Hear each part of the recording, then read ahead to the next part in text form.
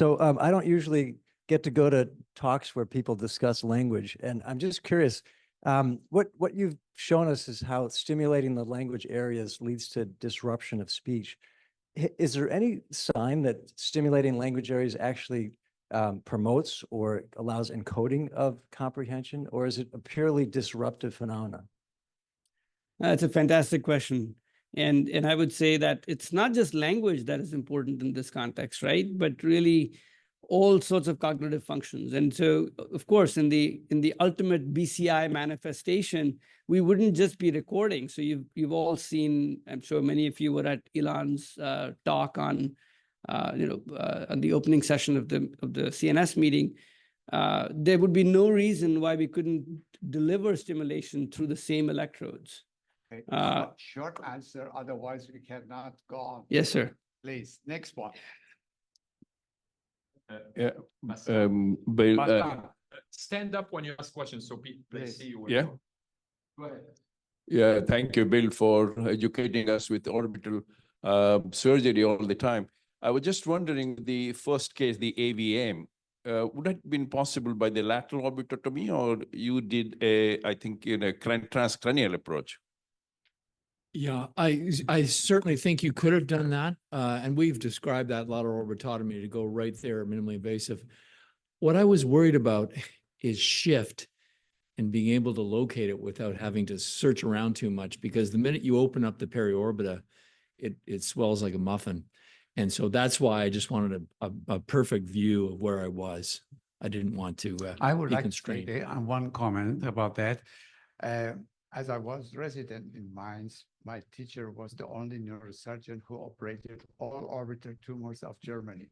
Right. And I was obliged to learn it, and I had a really big collections of orbital tumor. But my impression was at that time that neurosurgeon had the transcranial approaches developed from lateral, subtemporal, subfrontal, and that was all the way how to reach the tumor, but at the time I started personally to do the orbital tumor, I found there are many tumors not only coming from intracranial region to the orbit, but there are also some originated in orbit. And then I have personally discovered that I can remove many of them just transorbital approach, transorbital. Did you have of such cases? Yeah, we've done a lot of cases transorbital, but we choose which way we want to do it. So I in that article that I pointed out, you can use the orbit to go directly to the lesion like hemangioma, but you can also use the orbit to go cranial. And I think that's the area that's really widely opening up right now. So I'm glad that there's a lot of interest in it, because I think that this is something that is in our skill set so much more than ophthalmology. It's a fantastic field for right, research, and they're looking for us that for our help. Really try to really go through the orbital tumors. Thank you for your. I have two questions to Next, Dr. please. Goto.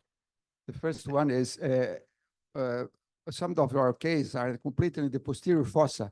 What do you use the rat-seq, the simple rat-seq approach to remove this petroclival meningioma? The second question is about 5LA. Are you using 5LA to check the removal of the meningiomas?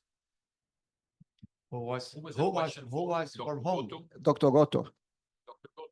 Dr. Goto, please come in. Please say to whom you are asking. Your question is 5LA? First question about the approach. The tumor is completing the posterior fossa, and I'm using the rat-seq, simple rat-seq to remove these tumors. What are the advantage of using this Petruzzo approach? The second question is about 5LA. Even the tumor involved invade to the posterior fossa, but I think our mini combined transpetral approach reach to the posterior fossa through the subtemporal space. So our approach is always the same. Craniotomy is the same, and we can operate all kind of the petroclival meningioma, even extend more. I think down. I can solve the problem for you, because once you have not enough experience with CP angle, you are obliged to do this approach. And that is, I admire how difficult the surgery is, and you are doing that. Even all people who were to my school, Hakuba was one of my best friends. I know that everything he wanted to do that through Petersburg, and then his school then educated them. But those people who have learned safely to operate in CP angle, they can operate at least 90% of all tumor you have demonstrated. It is your point, I think, with the retrosigmoid approach. I think the point is clear. Next question, please. Verena. Yes, Verena, short, please. Very short. As concern of cavernoma, do you use monitoring of function? It's very important, monitoring of function. Come quickly. Yeah, he said he did. Monitoring of function, everything, SSCP, MEP, and related cranial nerve, everything that is in the vicinity around that cavernoma, yes. I would like this to say that. I would like to emphasize that we have done many brainstem cavernomas. Introduction of monitoring has absolutely changed the outcome of these patients, please. That is absolutely correct what you asked. But one point I hope you will add to that. We need always to see if there is venectasia close to the cavernomas. But once you coagulate such a venous system, you create a disaster for the patient. That's correct. I hope, please, in next lecture, you Yeah. should comment. that. Yes, DVA should absolutely be preserved, of course, Thank yeah. you very much. Next question. Yeah, I had a quick comment for Amir also. So I enjoyed your talk. I want to reiterate, I learned this 30 years ago. You must look at for these cavernomas, especially in the brainstem deep locations, a T1 to see where they come closest to the surface. And I made the mistake of looking at a T2, and that will show the hemosiderin blooming. So that's very important.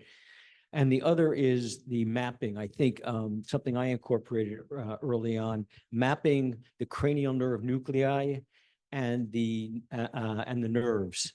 And then don't just go where the hemosiderin is. If the malformation doesn't present to the surface, go where there's a safe corridor and not important fibers. Never go midline, unlike the spinal cord where we do a midline myelotomy, brainstem never go. But it's not so long.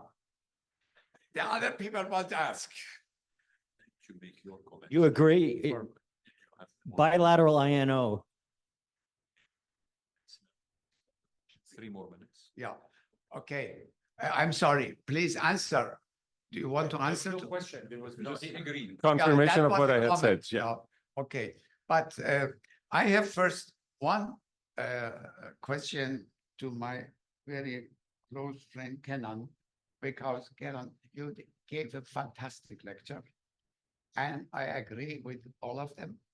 But there is by anterior clinoid meningioma sometimes. They can't hear you. They can't hear you. Sometimes they create an anterior clinoid process, but it doesn't go back to middle fossa, but is extended to the planum sphenoidale and elevated.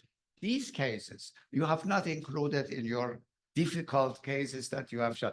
These cases, to my understanding, you can use only a frontal-lateral. You don't need to use frontotemporal approach, and you can remove it completely. This is only to Comment. So no comment on comment. I hope you agree with me. Always you agree have with you. I am sure you have a lot of such cases. Okay, I think. One last question. Last question. My question to Dr. Kenan. I enjoyed your talk about the good, bad, and ugly. And how do you place consistency of the tumor as a factor in deciding the ugliness?